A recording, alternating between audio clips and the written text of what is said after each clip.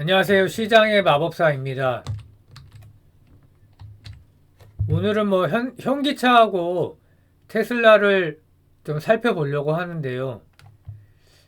현기차가 사상 최대 실적인데 주가가 이렇게 꺾이고 있어요. 쌍봉 찍고 내려오고 있죠. 현대차 주봉하고 기아차 주봉인데 월봉으로 보면 기아가 좀 차트가 더 좋긴 합니다. 고점 대비 하락폭이 좀 적고요. 두 기업 다 실적이나 영업이익률이 굉장히 좋고 기아는 영업이익률이 두 자리입니다. 그게 이제 반영은 돼 있는데 엄청난 실적이면 주가가 사실 올타임 하이를 찍어야 되죠. 아니면 최소한 근처까지 가야 되는데 그러지 못하고 있다는 겁니다. 그 왜 그러냐? 국내 자동차 업종 PER이 4배 정도 됩니다. 현대 기아 PER은 현재 3.6배, 3.7배. 그러니까 올해 예상 실적 기준인데 지난 20년간 7배에서 9배 범위를 유지했던 밸류에이션 지표가 작년에 2분기 이후에 지속 하락했다 이거죠.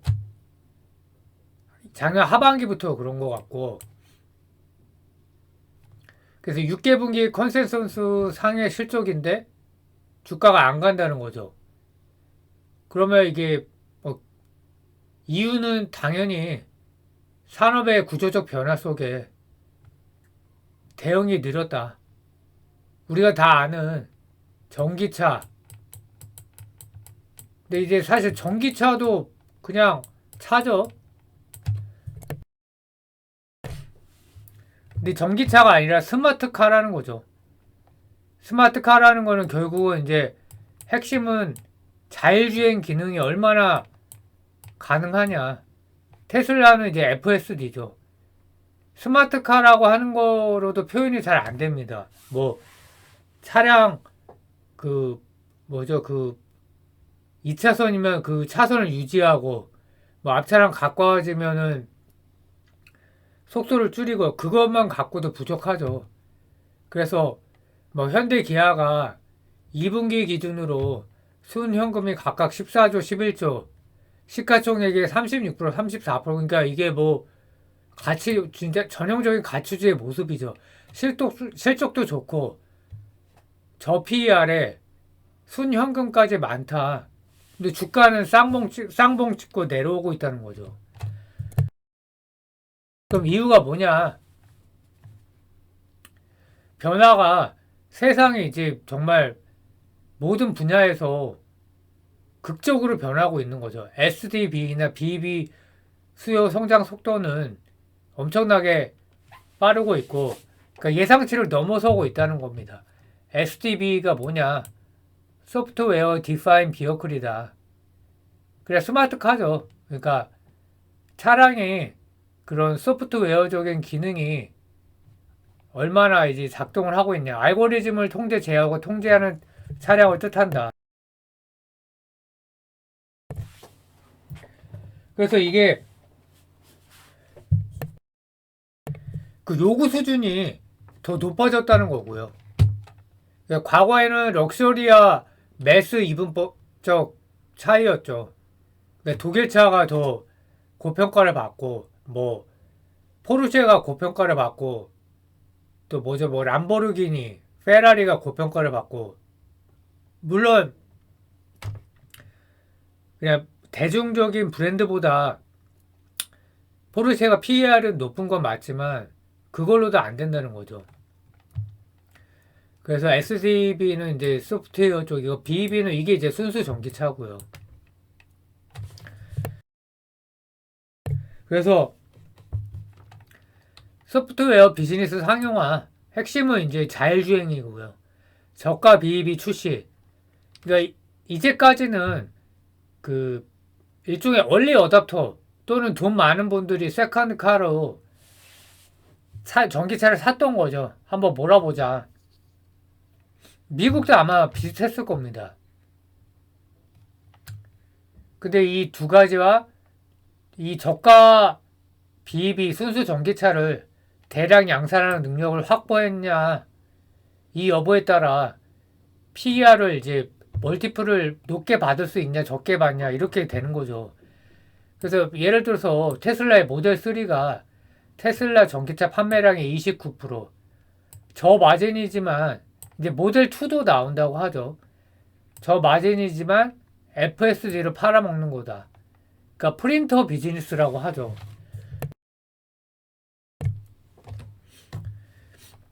그래서 세 가지 역량을 모두 확보한 게 티어 1은 테슬라다. 그래서 24조년 기준 PER은 51이다.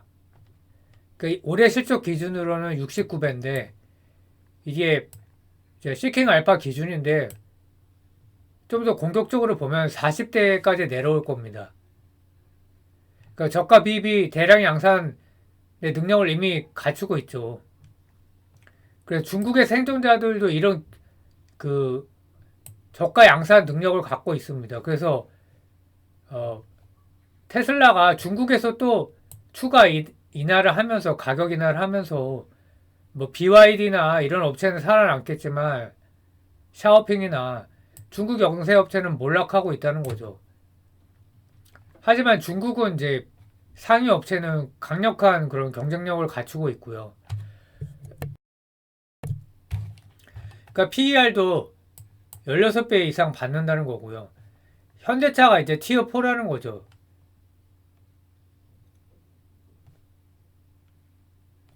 그래서 폭스바겐도 그렇고 PER이 3배, 9배. 이제 놀라운 거는 독일차도 이 구간에 들어간다는 겁니다. 뉴 모델 3가 10월 유럽 출시 예정이다. 테슬라는. 그리고 사이버 트럭이 23년 출시하고 23년 양산 목표다. 그 FSD 충전 네트워크로 포드, GM, 벤츠, 폭스바겐까지 들어온다는 얘기가 있죠. 그 ESS.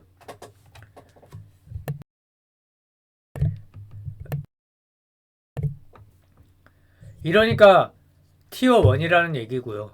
테슬라 슈퍼차저 네트워크 가치가 1000조 이상이다. 뭐 이런 얘기도 있고요. 그래서 기존 IC 업체가 위기다. IC는 내연 기관차를 말하는데요. 그러니까 그 순수 전기차 시장이 커지고 있는데 이 저가 시장이 진짜죠. 저가 시장이 점점 커진다. 그러면 원래 이제 자동차 시장은 커지질 않았었는데 이제 전기차가 새로운 시장을 만들면서 이게 커지면 내연기관차 시장이 유지되는 게 아니라 축소가 되는 게 이게 큰 거죠. 그러니까 시장이 작아지니까 고밸류를 받을 수가 없는 거죠. 그러니까 BEV 시장은 2025년 전체 수요의 25%를 넘어설 것이다. 그러니까 판매 ASP가 27,800불, 28,000불 이하의 차량 중심으로 모델 2까지 나오는 거죠. 대중화 전개. 그러면 IC 시장은 가동률이 하락하니까 이익률도 떨어질 거고 가격도 낮춰야 될 거고 중고차 잔존가치 하락에 따른 중고차를 이제 사람들이 내연기관차가 이제 끝나는 거니까 뭐 한국 시장만 보면 사실 어떻게 될지 모르겠어요. 그러나 한국 제외하고 중국이나 유럽, 미국은 이 중고차 잔존가치가 확실히 하락하고 있다. 그래서 이제 현대차, 현기차나 폭스바겐, GM, 포드의 과제는 낮은 가격의 BEV 라인업 대량 양산을 해야 된다. 그러려면 IC 생산 설비 축소, 공정 혁신과 대량 양산으로 수익성이 보장되는 대중적 가격의 BEV 생산 및 판매 확장이 필요하다. 그러니까 너무 당연한데 이게 쉽지 않다는 겁니다. 왜냐? 현대차 지금 또 노조가 파업을 한 건 아니지만 임단협을 하고 있는 거죠. 마지막 파업이 생각보다 옛날이긴 하더라고요. 2018년. 근데 이게 이제 경영진의 입장에서 보면 계속 컨설팅을 받았다.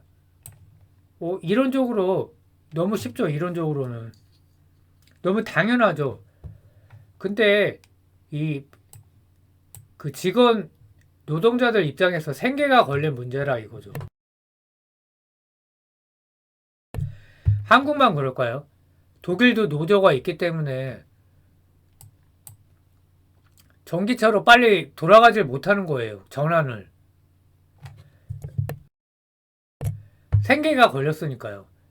게다가 한국은 해고가 어려운 법적으로 이렇게 되고 있죠. 그래서 빠른 BEV 대응이 그 경영진의 입장에서 해야 되는 거랑 노동자들 입장은 다르다. 그러니까 DNA 자체가 IC 쪽은 내연기관 차 쪽은 알면서도 못한다. 그래서 BEV 전환 계획이 가장 늦은 거예요. 그래서 목표치는 34, 37%. 근데 미국 업체 뭐 렉서스 이런 데는 뭐 제규어 미국은 아니네요. 하여튼 2030년 이전 100%. 그러니까 GM은 2035년 100%. 그러니까 타 업체보다 목표치까지 낮다는 거죠. 여기에는 아마 이제 해고가 어려운 법 때문에 그런 게 분명히 작용했을 거라고 보고요. 노조도 세고. 그리고 소프트웨어 역량에 대한 외부 평가도 박한 상황이다. 현기차는 29%로 하위권에 머물러 있다. 테슬라가 1등, 3위가 니오와 샤오팽. 그러니까 이게 놀라운 거죠. 2위, 3위.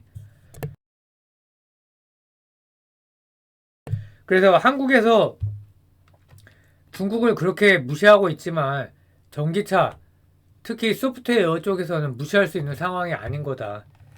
그래서 소프트웨어 역량이 하위권이다. 이게 현대차, 도요타, 혼다, 마츠다.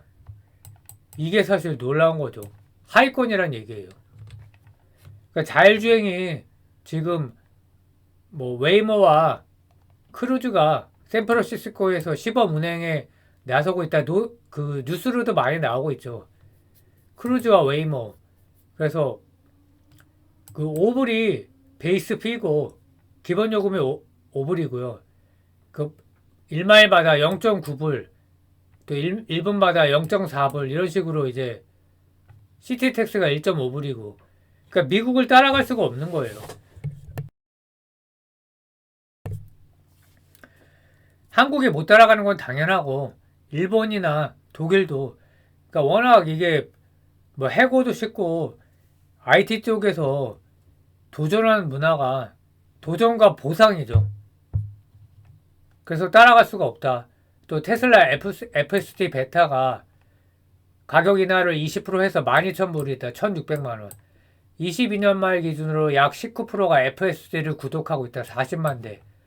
버전 12 이게 정식 버전인데 머스크가 올해 말 언급을 했지만 FSD가 엄청 진화를 했지만 정식 버전 이거는 좀 어려워 보이죠. 올해는. 그래서 25년 얘기도 나오고 있고요. 그래서 비교를 해보면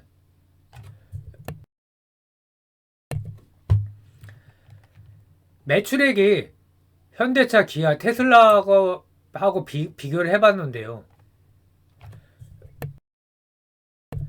환율 1330원으로 봤을 때 기아보다 이게 64조니까 현대차하고 기아의 사이에 있습니다. 영업이익은 기아보다 약간 많은 수준이에요. 6조 7천억. 현대차가 그러니까 실적상으로는 더 앞서이죠. 영업이익률까지도 앞서 있어요. 근데 시총은 39조, 31조, 1061조라는 겁니다. 800빌리언. 그러니까 PER이 3.6, 3.7에 69배. 그러니까 몇 년 전까지만 해도 에이 말도 안 돼. 고평가야. 거품이야.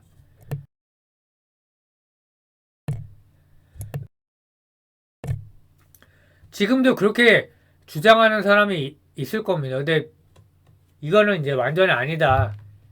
테슬라가 뭐 주가 밀릴 수 있겠죠. 근데 완전히 이제 평가가 이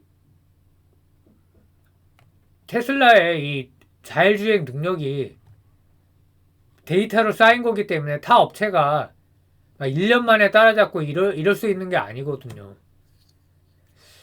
그래서 뭐 이거는 약간 다른 얘기인데 국장은 테마가 이제 그 성장성이죠. 이게 실적보다 중요하다는 겁니다. 새로운 얘기가 아니라 18년, 19년에도 단타가 극심했고 테마 단타장 그게 회귀가 된 것 같아요. 최근에. 근데 미장은 미국 장도 테마 성장성은 중요해요. 그러나 실적에 당할 수는 없다. 그러니까 캐터필라, 맥도날드, 치폴레, 월마트가 올해 52주 신고가가 아니고요. 역사적 신고가를 기록했다. 그래서 제가 왜 이 말씀을 들었냐면 현기차가 저평가라고 생각을 하는데 그게 아니라는 겁니다. 이거가 뭐 테슬라가 뭐 고평가냐 현기차가 저평가냐 뭐 영업이익 갖고 비교하고 그게 아니라는 거예요. 이제는 얘네 소프트웨어 역량이 한국처럼 뭐 테마 그게 아니라 실제 타 업체가 따라갈 수가 없는 수준이에요. 격차가 뭐 한 5년 난다 이거죠. 그래서 결국은 이제 제 얘기가 뭐 여러 번 말씀드렸지만 그 국장에서 테마를 따라갈 수 있다 그러면 하면 돼요. 근데 따라갈 수가 있나요?